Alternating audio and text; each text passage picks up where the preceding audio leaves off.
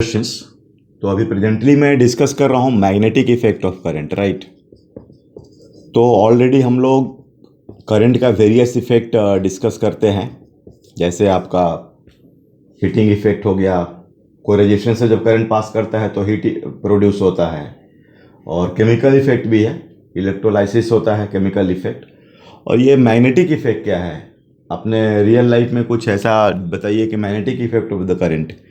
जैसे मान लो ये आपका करंट है, ठीक है, और ये प्लस क्यू चार्ज ये आपका रेस्ट में है, तो आप क्या फील करोगे? ये रेस्ट में ही रहेगा, ये मूव नहीं करेगा। लेकिन मान लो अगर ये करंट लिए आपने और अगर आप ऐसे प्रोजेक्ट कर रहे हो तो ये डिफ्लेक्ट कर जाता है, कुछ इस तरीके से डिफ्लेक्ट कर जाता है, ठीक है ना।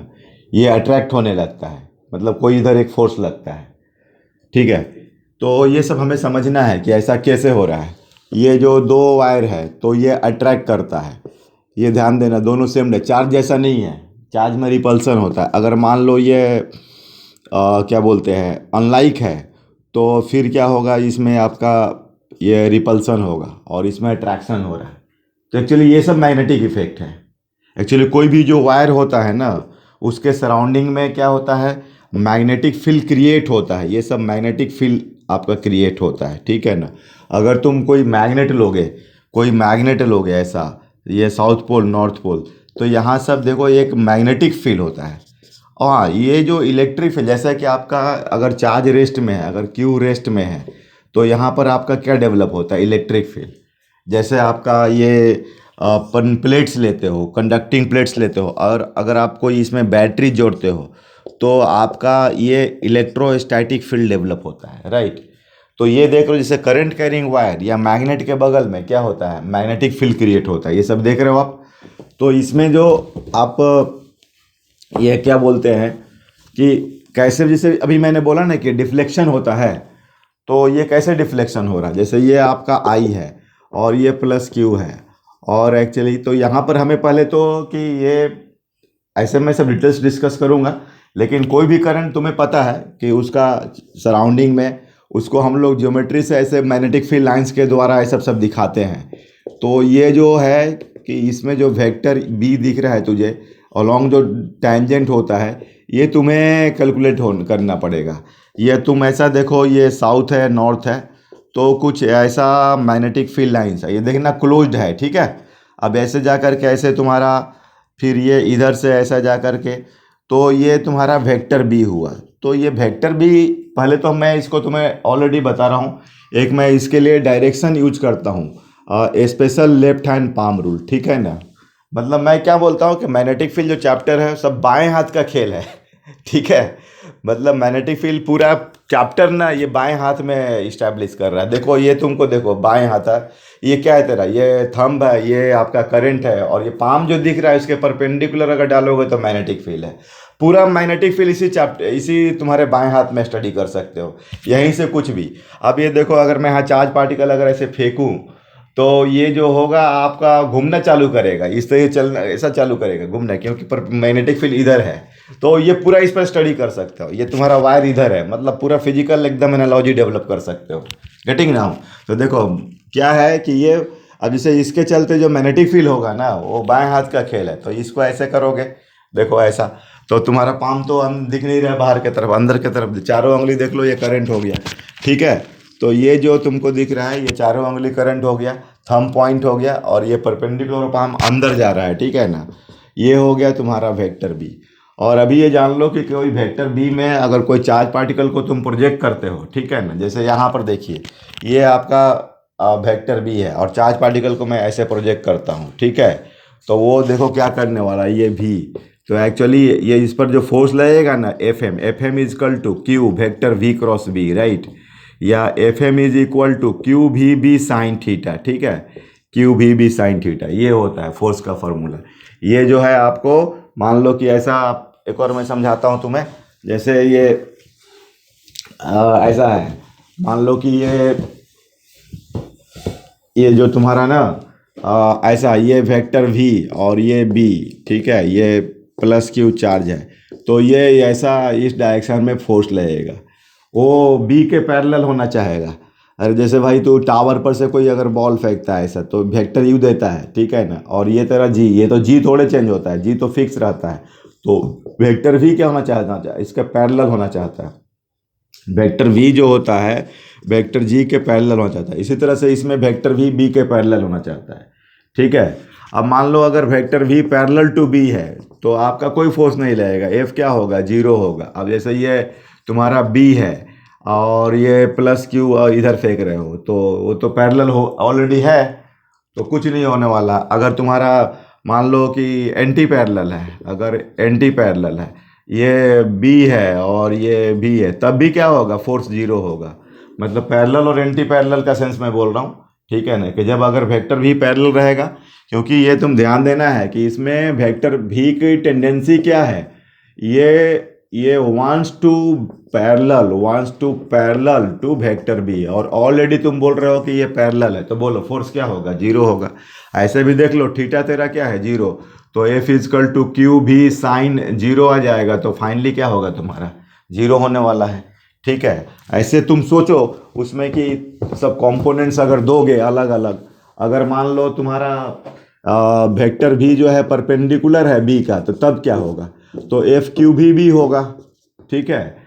मतलब भी तुम ऐसा कर रहे हो जैसे कि ये तुम्हारा वेक्टर बी है और ये प्लस क्यू को तुम इधर फेंक रहे हो, ठीक है।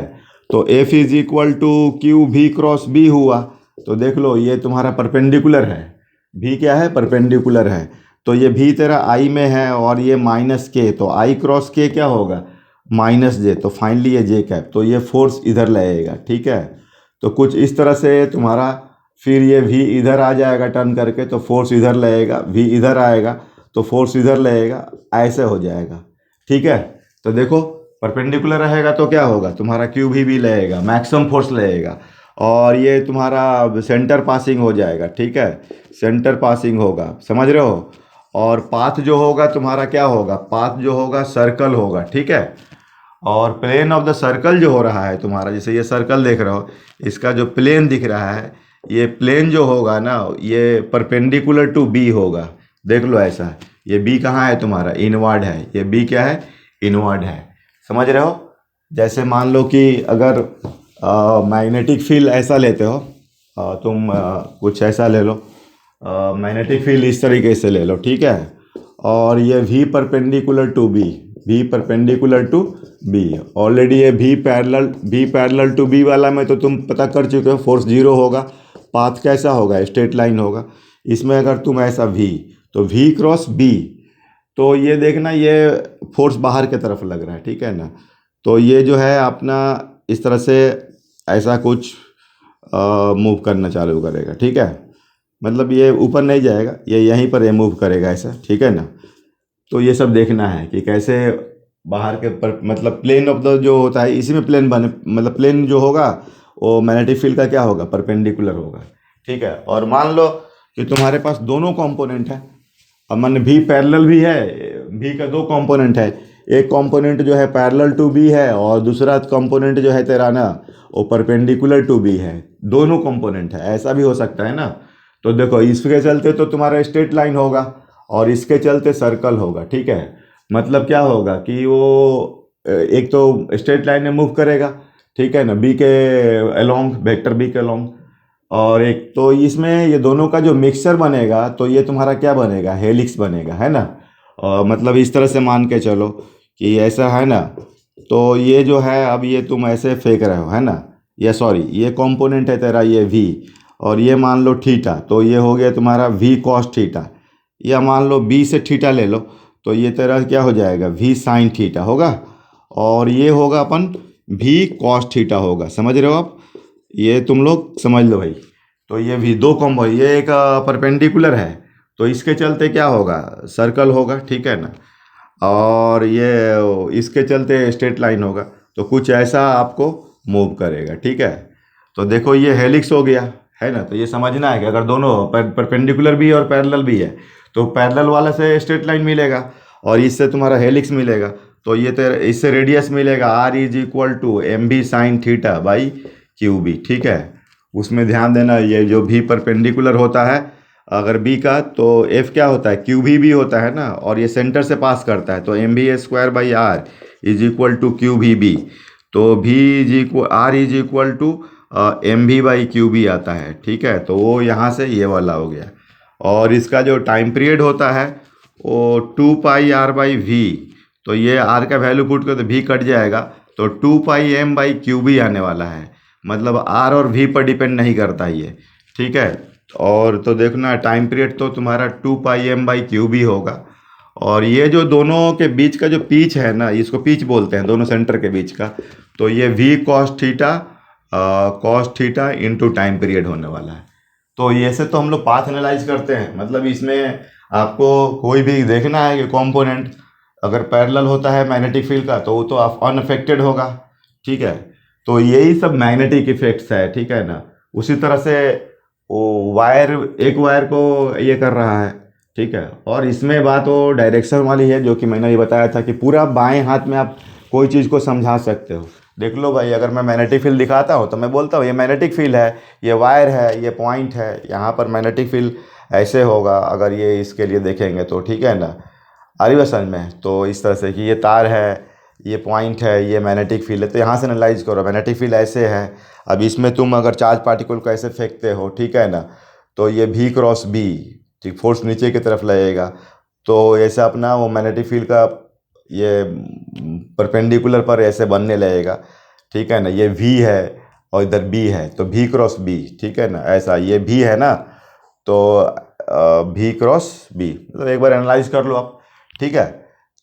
तो यही सब है इसमें special left hand palm rule. तो चारों उंगली क्या शो करेगा, लेफ्ट हैंड का वायर, और ये क्या शो करेगा तुम्हारा पॉइंट, और ये परपेंडिकुलर पाम जो दिख रहा है तेरा मैग्नेटिक फील्ड, ठीक है ना, ये अपना मैग्नेटिक फील्ड। तो इस तरीके से हम लोग एनालाइज करते हैं, ठीक है। इसमें बहुत सारा चीज़ है। अगर तुम मैग्नेटिक फील्ड में कोई वायर रखते हो, जैसे ये मैग्नेटिक फील्ड है और ये कोई वायर है, तो ये देखना ये इनिशियल ये वाला ये वेक्टर एल कहलाएगा, और एफ एम जो होगा आई एल क्रॉस बी, और फिर वही चीज़ है आपका I l b sine theta होने वाला है। अगर तुम्हारा vector l parallel to b है तो बोलो फोर्स क्या हो जाएगा, जीरो। और अगर एल तेरा परपेंडिकुलर है बी, तो आई एल बी हो जाएगा, फोर्स क्या हो जाएगा, मैक्सिमम हो जाएगा। ऐसा सोचो तुम लोग, अगर तुम्हारा क्लोज लूप है, ठीक है ना, ये बी जो है यूनिफॉर्म है, कांस्टेंट है, मतलब हर लोकेशन पर बी सेम है, ठीक है। और ये कोई भी क्लोज लूप है, तो वेक्टर एल क्या हुआ, जीरो, तो फोर्स क्या हो जाएगा, जीरो हो जाएगा, ठीक है। कोई भी शेप में ले लो, हाँ, लेकिन ध्यान देना कि ये बी हर जगह सेम होना चाहिए, एक ही जैसा होना चाहिए।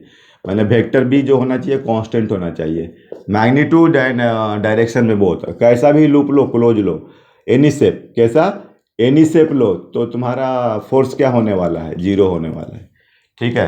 तो ऐसे देख लो कि वायर का जो कंपोनेंट्स हैं, अगर दोनों में होता है, अब ये ऐसा अगर मान लो पर ऐसा है तो दोनों कंपोनेंट है, ठीक है। तो ये वाले के चलते जीरो होगा, ये वाले के चलते फोर्स मैक्सिमम मिलेगा, ऐसा। ये बी है, ये तुम्हारा एल है ना। तो ये सब तुम्हें एनालाइज करना है। Okay, thank you.